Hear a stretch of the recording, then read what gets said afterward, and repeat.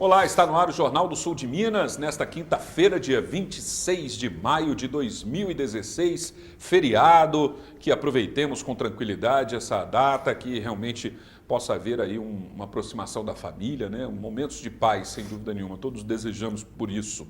E o nosso entrevistado de hoje é o Padre Graciano Cirina, ele é pároco da comunidade da Igreja do Sagrado Coração de Jesus. Tudo bem, Padre? Como vai? Tudo bem, um prazer estar aqui num dia tão bonito.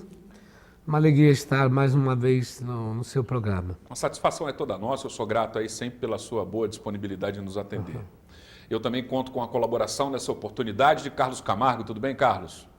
Bem, obrigado. Bom dia, Zambrano. Bom dia, telespectadores. E o Deu Pereira e todos os funcionários da TV Poço. Bom dia, Padre Graciano. E, mais uma vez, muito obrigado pelo convite, pela participação. Padre, tem essa mania, né, do povo falar católico não praticante, né? Aquele que fala que é católico porque foi batizado, porque fez a primeira comunhão, mas muitas vezes as contingências da vida o fazem se afastar da igreja, né?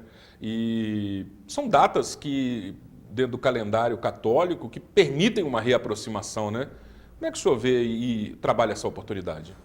Bom, primeiro, permita um comentário sobre católico não praticante. Fale. Essa é uma patologia própria de uma igreja que até os anos 60, 70 tinha 90%, né, de brasileiros se declaravam católicos. Uma igreja católica que foi a única durante muito tempo.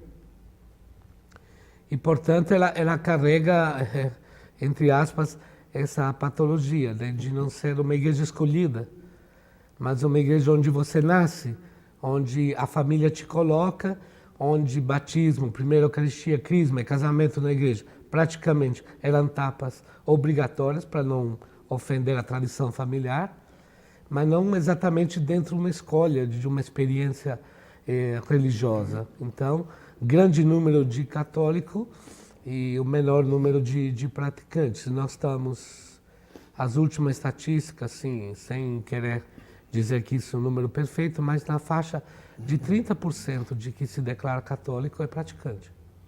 O padre, agora o Corpus Christi, né, o corpo de Cristo, Sim. Isso aí remete à Eucaristia. Sim. Né? Então, o Corpus Christi, na realidade, está relacionado com a comunhão, com a Eucaristia.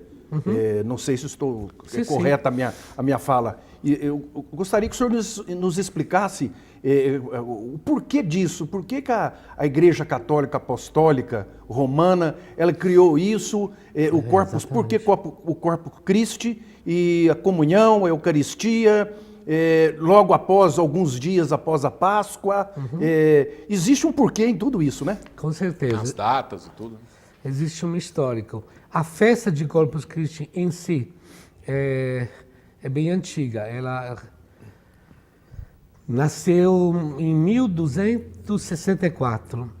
O Papa Urbano IV teve um milagre na cidade de Bolsena, na Itália, onde o padre que estava celebrando a missa, portanto consagrando a hóstia, o pão, e numa atitude de muita pouca fé, quase de abandono daquilo que estava praticando, não acreditando realmente.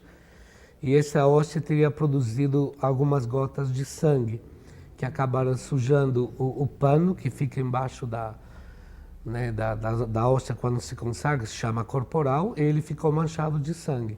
Este fato, ele deu assim, um ibope no tempo, assustador, tanto que esse pano foi levado em procissão até a catedral e não foi nem recebido pelo bispo, mas o próprio Papa quis receber. Então isso foi meados de abril, maio de 1264. Em setembro, o Papa que recebeu esse corporal, portanto o sinal, a prova desse milagre, estabeleceu que na quinta-feira, após o domingo da Santíssima Trindade, sempre se faria um ato público de devoção na Santa Eucaristia, quase para reparar a falta de fé do padre, que acabou gerando esse fato extraordinário, e a partir daí, então, essa decisão do Papa que houvesse um momento no qual a Igreja publicamente manifestasse a sua fé na presença de Cristo na Eucaristia. Isso no seu fato, né, histórico, que permanece até hoje, porque a procissão de Corpus Christi, que é tradicional, claramente o Brasil carregou muito da tradição portuguesa, né, e ela é feita por isso, é para dizer publicamente, olha, nós levamos pela rua o Senhor, que é o nosso Senhor, na espécie eucarística, né, presente no seu corpo. Inclusive, na primeira pergunta que eu fiz, teve uma segunda parte que é de como a igreja aproveita esses momentos para restabelecer a fé do povo que está afastado. Como é que o senhor vê essa parte? Então, na verdade, o alcance que nós temos nesse dia, ele não é tradicional assim como outros. O povo brasileiro, o povo católico brasileiro sente um chamado muito especial, por exemplo, quarta-feira de cinza, sexta-feira da paixão. Depende muito do carnaval. Né?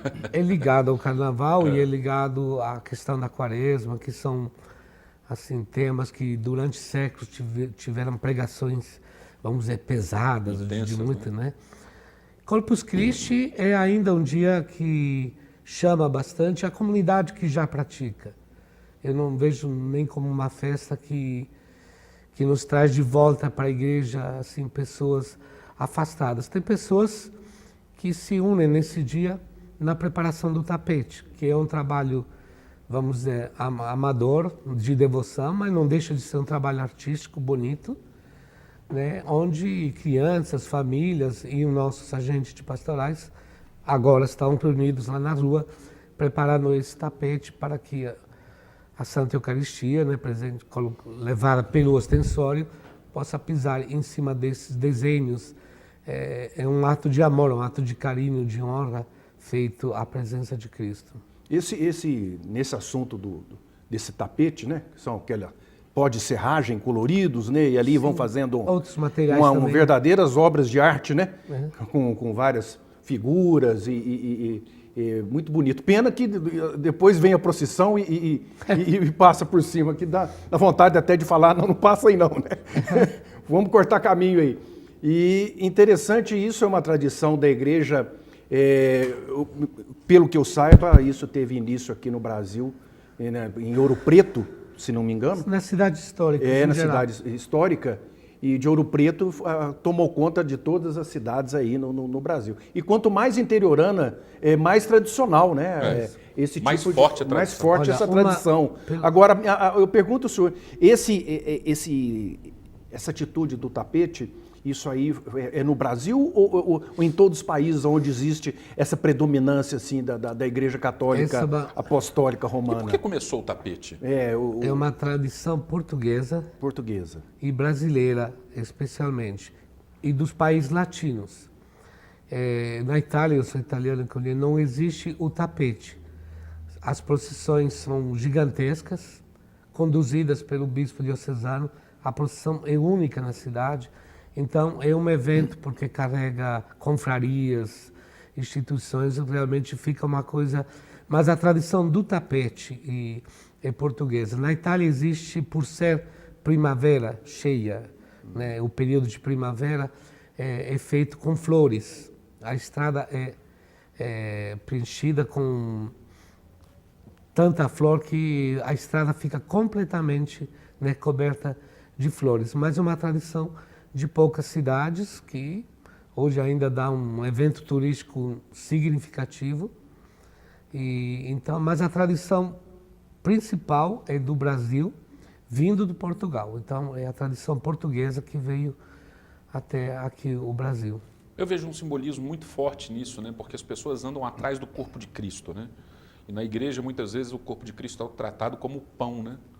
É o pão que nos alimenta, é o pão que sustenta o povo, as pessoas, os seguidores. E isso tem um sentido simbólico muito forte, né? As pessoas se reunirem, né? Se unirem novamente e seguir aquilo. Então.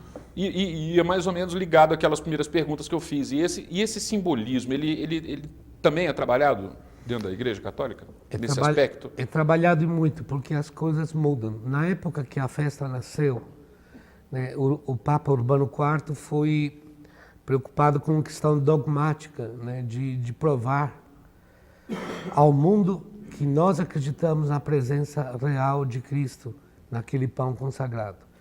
É claro que tudo isso hoje é visto de outra maneira. Você falou algumas expressões que eu acho certas. Hoje a gente vê na Eucaristia o centro daquilo que Jesus fez. O pão eucarístico que nós consagramos, independente das questões filosóficas, teosóficas e tudo que se possa falar, para nós é símbolo de um extremo ato de amor. Isto é, Jesus que dá a vida pelos seus discípulos, pelos seguidores. Então, existe uma ligação profunda entre a doação de Cristo, né, que acaba tendo seu culmen na cruz, mas não é só isso, né, porque Cristo se doou toda a sua vida.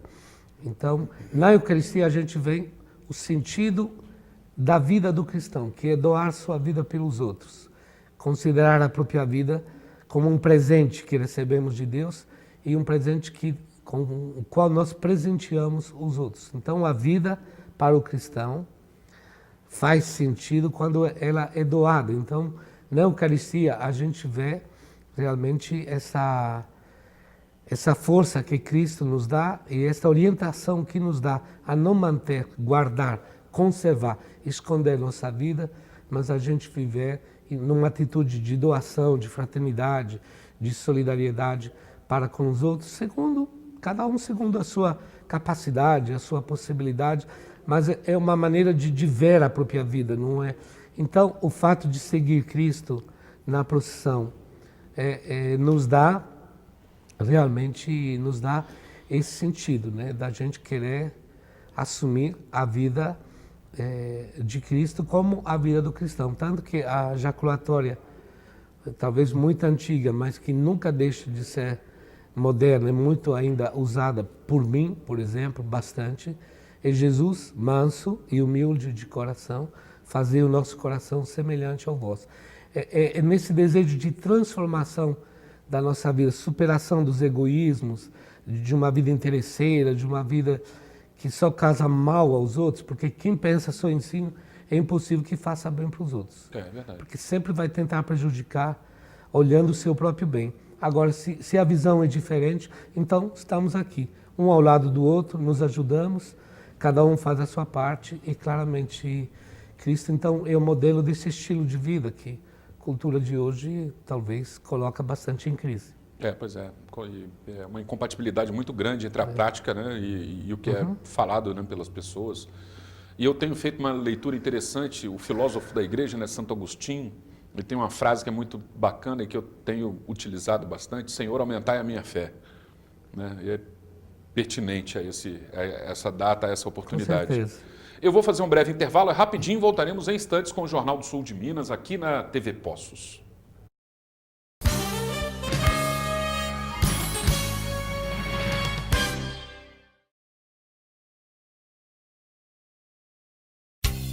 Móveis usados Champanhar. Mesas, cadeiras, armários de cozinha, geladeiras, fogões, camas, estofados, videogames, televisões e computadores. Tudo para a sua casa ou escritório. Compra, venda e troca. Ainda entregamos em domicílio. Venha fazer seu orçamento. Móveis usados Champanhar. Avenida Champanhar, 1468, 3712-6693.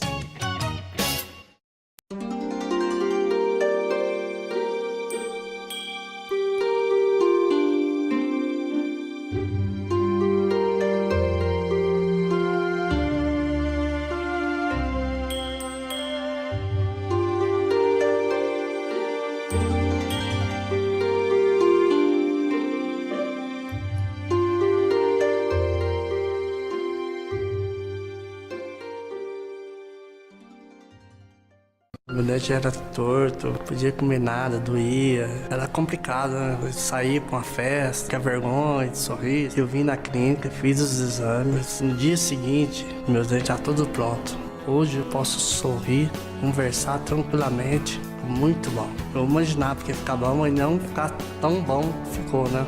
E minha vida mudou muito. Implar, referência em reconstrução do sorriso.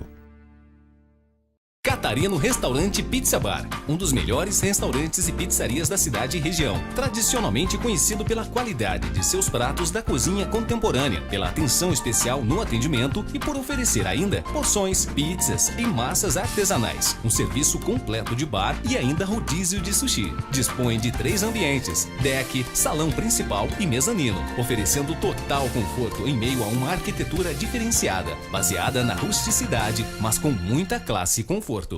Você sofre com o nariz entupido por conta de alergia, tempo seco, poluição e ar-condicionado? Faça como milhares de pessoas que aliviaram todos estes sintomas com o uso diário do Lota. Melhore sua qualidade de vida e respire mais. Conheça o Lota Higienizador Nasal e veja o que ele pode fazer por você. Informações e compras online no endereço lota.com.br. A PMD Construtora e Incorporadora atua com um novo conceito em empreendimentos de médio e alto padrão, feitos em Poços de Caldas e região, e conta ainda com projetos aprovados pelo Programa Federal Minha Casa Minha Vida. Nós da PMD temos planos especiais com descontos imperdíveis para você do mercado imobiliário. Proporcionamos um financiamento próprio na construtora com taxas diferenciadas. Venha nos visitar. Estamos na Rua Rio Grande do Sul 336, Centro de Poços de Caldas. O nosso telefone é 35 3713 9745. Entre em nosso site www.pmdconstrutora.com.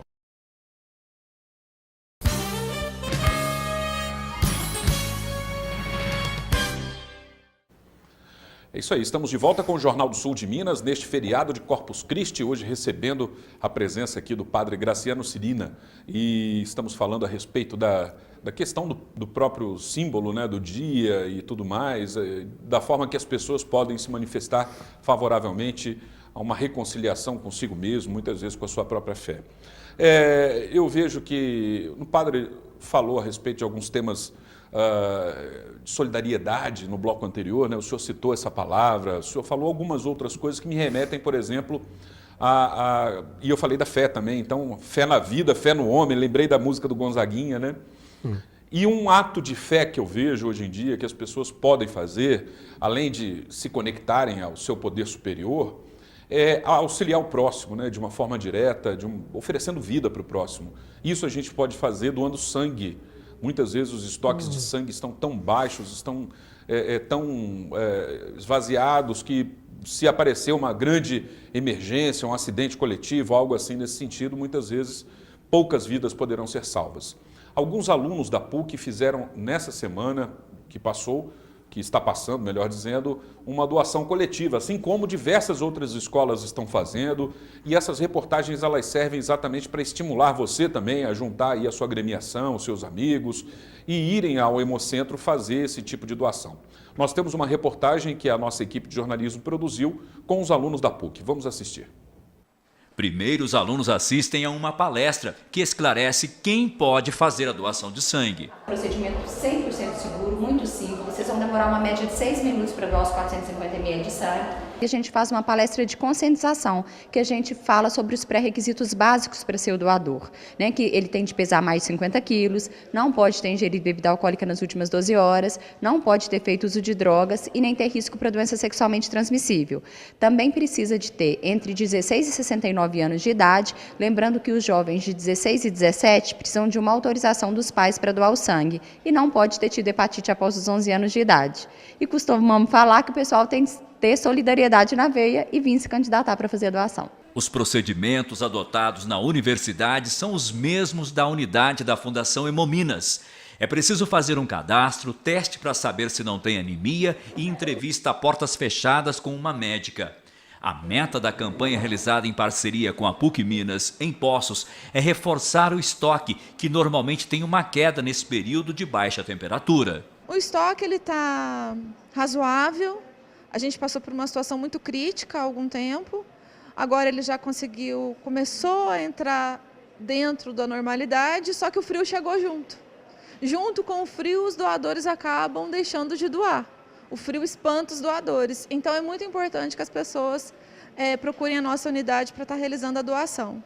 Entre os alunos que fizeram a doação, a maioria foi pela primeira vez. O pensamento é sempre de ajudar ao próximo e salvar vidas. A meta é conseguir 60 bolsas de sangue. O procedimento é seguro. É importante até porque um dia a gente pode precisar também, né? Sempre tem pessoas que estão precisando.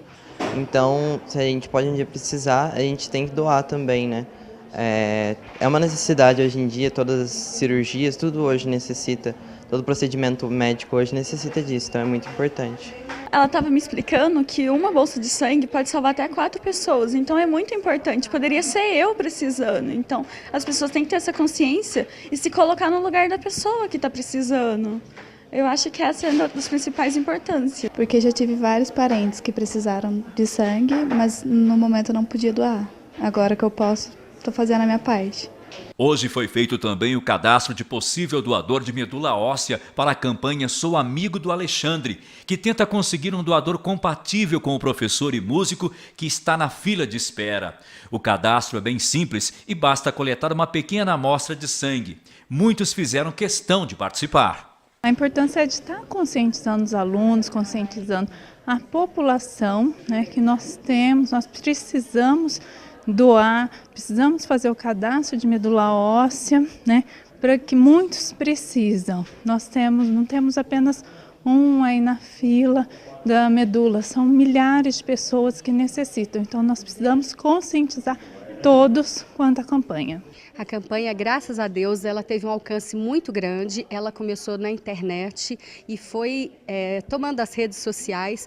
Pessoas do Brasil inteiro estão abraçando a nossa campanha, hashtag Eu Sou Amigo do Alexandre, para doar a medula. Muita gente se conscientizou da importância da doação de medula óssea, porque essa campanha não serve apenas para o Alexandre, ela vai servir para milhares de pessoas que estão precisando neste momento de uma medula. A Desirê foi na Faculdade de Direito aqui da PUC fazer a campanha falando da necessidade da gente doar a medula para o Cadastro Nacional. E é uma chance pequena, mas é uma chance que a gente tem que se agarrar e tem que ajudar. Não demora, é rápido e vale a pena. Aqui na PUC está tendo essa semana toda a coleta, mas quem não puder vir na PUC pode passar no Hemominas, que também funciona da mesma forma. Estamos de volta, então, parabéns a esses alunos que fizeram essa doação, que se manifestaram favoravelmente à vida, né, Carlos? Exatamente. Faz a sua pergunta aí.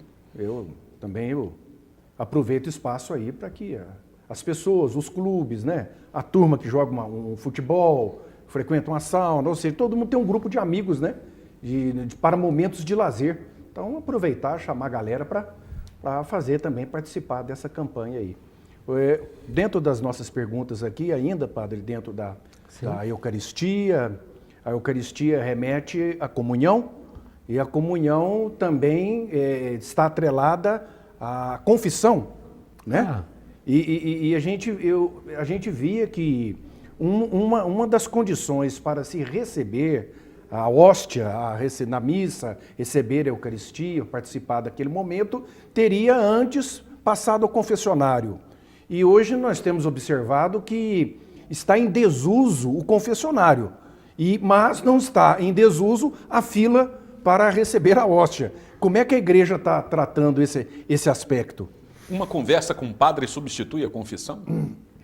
Uma conversa com o padre em si não substitui o sacramento, mas o conteúdo acaba ficando o mesmo, e então o padre trata naquele momento de convidar a pessoa, já falamos tanto, você abriu o seu coração, você está arrependido dessas coisas, ou enfim, questionou sua própria vida, agora que você quer receber o perdão de Deus, aí a gente transforma uma conversa numa confissão, que muitas vezes a pessoa chega marcando uma conversa porque tem medo da confissão, tem medo da cobrança, fica com uma ideia que a confissão é tipo um interrogatório, não sei.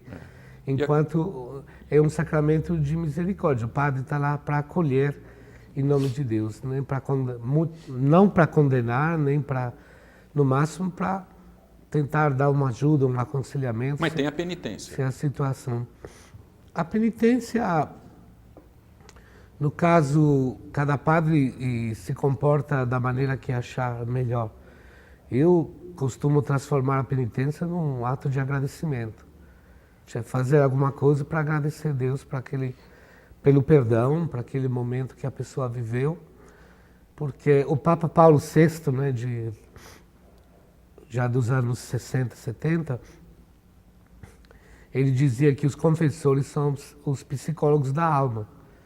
Né? Ainda não havia uma grande frequência de pessoas que buscavam a psicologia, mas começava. Então, o Papa usou esta imagem. E, de fato, muitas pessoas precisam se reconciliar consigo mesmo. A reconciliação a confissão, portanto, né?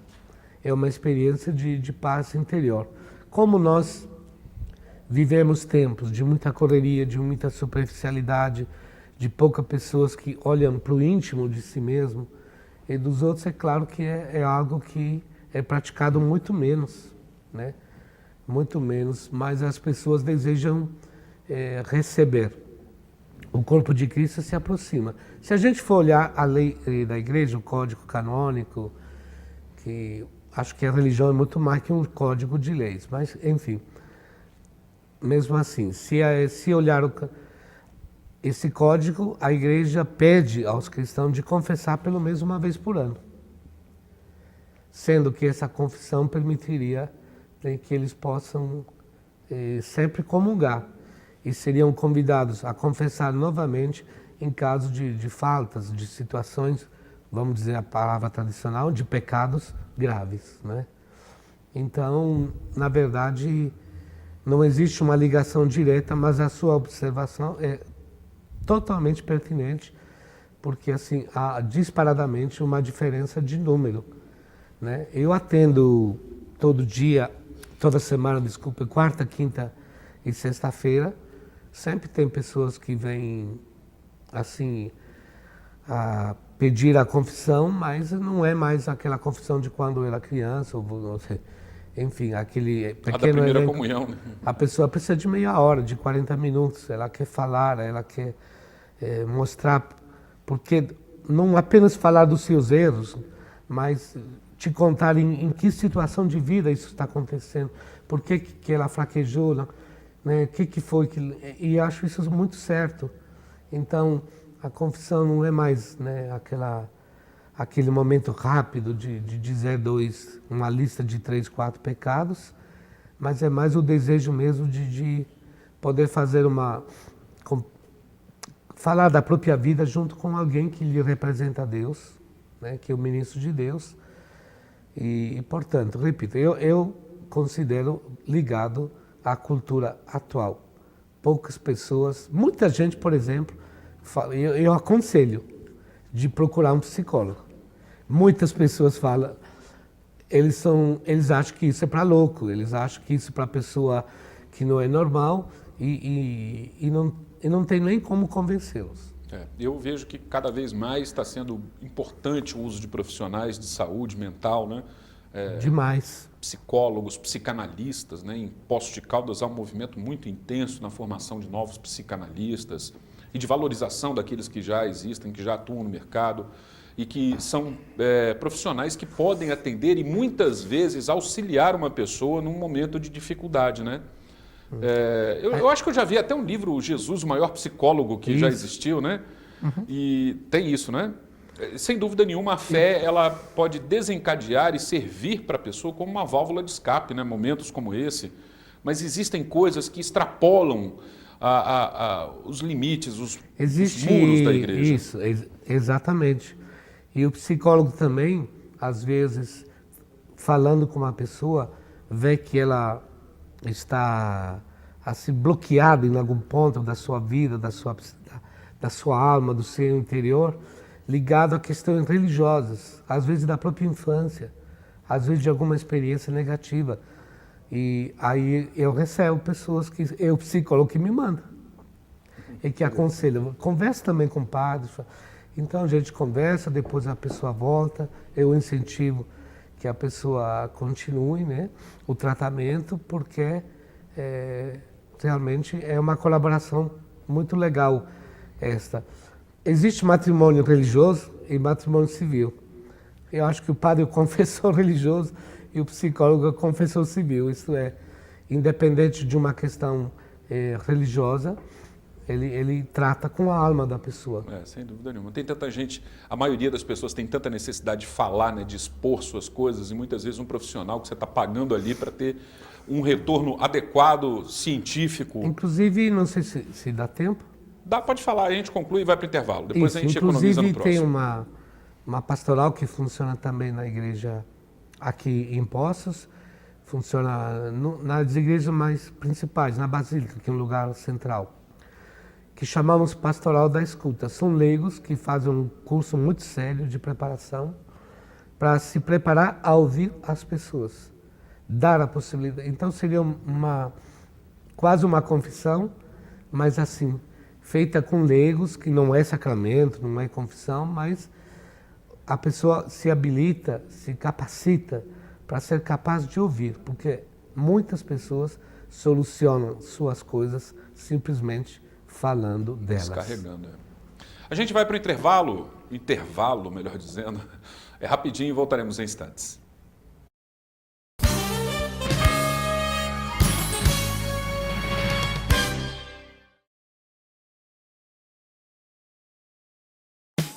Opção Moda Masculina, a tradicional loja de ternos da região. Camisas diferenciadas, camisetas polo, sapatos, ternos. Venha conhecer a variedade em presentes e acessórios na Opção Moda Masculina. E para facilitar as compras, crediário próprio. A Opção Moda Masculina ainda aceita cartões em até 6 vezes sem juros. Opção Moda Masculina, a loja do homem elegante. Em Poços de Caldas, em 2 endereços. Ateliê da Costura Andréia Santos. Modelos sob medida de alta costura. Calças, vestidos, blusas, camisas e atendimento com horário marcado. Ligue e agende seu horário. Aluguel de vestidos longos a partir de R$ 150. Várias cores e modelos. Alugando seu vestido, ganhe um super desconto no penteado e na maquiagem. Ateliê da Costura Andréia Santos. Rua Júlia Jansante, número 40, Jardim Paraíso. 37125600. A beleza.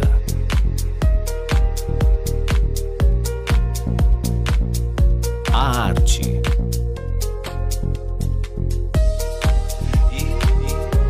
A sofisticação.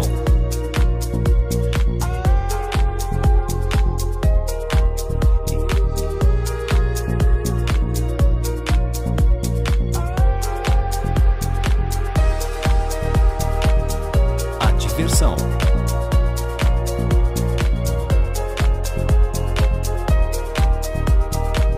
A tecnologia, a inovação,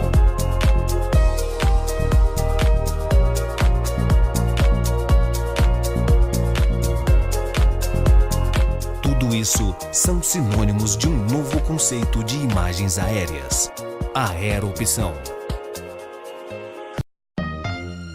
Você sabia que a JA Centro Automotivo Porto Seguro também atende a não segurados? É isso mesmo, oficina mecânica completa, num espaço muito agradável e confortável. JA, Centro Automotivo Porto Seguro. Afinal, segurado ou não, aqui você nunca fica na mão. Avenida João Pinheiro, 1081. Ligue 3715-9550. Atenção, Poços de Caldas! Chegou o belíssimo Circo de Itália. A estreia nesta sexta-feira às 8 horas da noite ao lado do Shopping Poços de Caldas, com grandes atrações. Tem a Mulher que Some, Homem Queixo de Aço, Palhaço Engraçado, Fantástico Globo da Morte e mais os shows Frozen, Uma Aventura Congelante e Vingadores com Homem de Ferro e Capitão América. Venha e traga sua família. Sexta-feira às 8 da noite, a atração está garantida. Circo de Itália.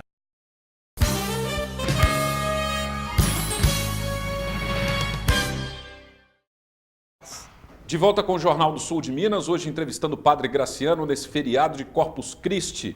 E eu quero parabenizar o padre aqui também. Essa semana ele comemorou mais um ano de vida, completou, inteirou, né? Anteontem. Pois é, e aí? Muitas festas? Muitos anos de vida? O meu aniversário se passou numa missa que fiz numa garagem, porque a gente está celebrando essas missas nas famílias, né? Para a igreja se colocar mais em saída, né? Numa atitude assim de ir em encontro às pessoas. Então, comemos um bolinho no final da missa. Por enquanto é só. É a festa mais bonita, é aquela simples, sincera.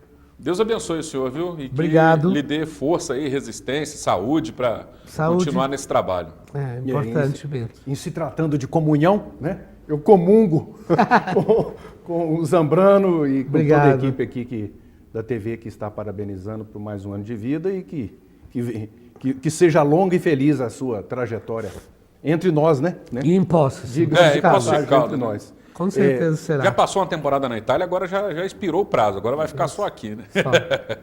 Falando da Igreja Católica, padre, nós sabemos que está presente no Brasil desde o seu descobrimento, né? Chegando aí um representante da Igreja Católica na própria caravela de Pedro Álvares Cabral, e dali até os nossos dias a presença da Igreja Católica foi muito forte no período imperial.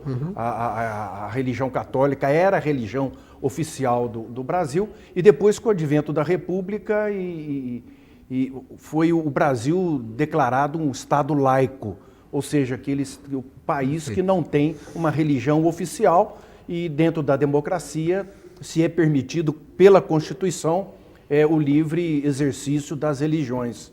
Nós temos observado, como o senhor disse no início, que na maioria das vezes nós todos nascemos católicos, pelos nossos avós, bisavós, assim para trás, e depois, com o correr da vida, as pessoas vão entendendo por outro segmento religioso. E nós temos observado já há algum tempo no Brasil uma ascensão muito grande de adeptos, de fiéis, nas igrejas chamadas neopentecostais, evangélicas, um número crescente. E isso aí corresponde a um declínio no número de fiéis à Igreja Católica. Como que o senhor vê esse quadro de um lado subindo, os pentecostais, os novos, né, os pentecostais e os evangélicos, e com essa baixa na Igreja Católica? Anexo à pergunta dele, com licença, porque essa certamente será a última, o nosso tempo está se extinguindo. Existe agora ainda as cisões, né, da Igreja Católica também, né? Igreja dita católica ainda apresenta aí algumas opções espúrias, né, vamos dizer assim, que nos perdoe a palavra aqueles que são frequentadores. Então, primeiro, como que o senhor vê? Eu vejo com total serenidade isso, com total tranquilidade. Porque, primeiro, a igreja, a fé, a religião não deve ser uma questão de competição e de números.